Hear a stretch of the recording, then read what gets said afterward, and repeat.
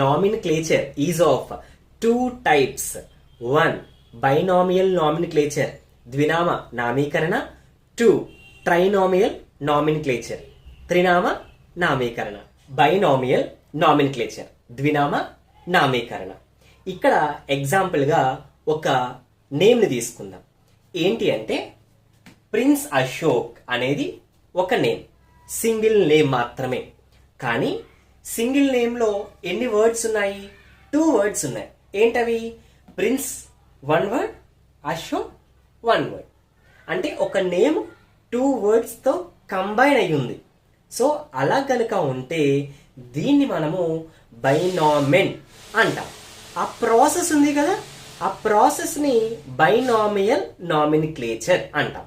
Trinomial nomenclature, త్రినామ నామీకరణ.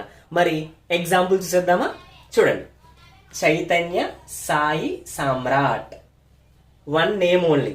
ఎన్ని words ఉన్నాయి? 1 2 3 వర్డ్స్ ఉన్నాయి. అంటే ఏంటి? ఎస్, ట్రైనామెన్ అంటాం. ఆ ప్రాసెస్ని మనం పిలుస్తాము. Yes, you are correct, trinomial nomenclature. Nomenclature topic మీకు అర్థం అవ్వాలని చెప్పి నేను కామన్ నేమ్స్తో చెప్పడం జరిగింది.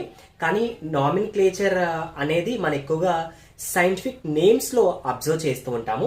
సైంటిఫిక్ నేమ్స్కి సంబంధించిన టాపిక్ని నేను తర్వాత క్లాస్లో డిస్కస్ చేస్తాను.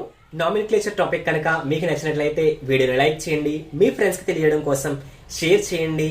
అండ్ మీకు ఏ టాపిక్ అయితే కావాలో ఆ టాపిక్ని కామెంట్ బాక్స్లో చెప్పి నా ఛానల్ని సబ్స్క్రైబ్ చేయండి.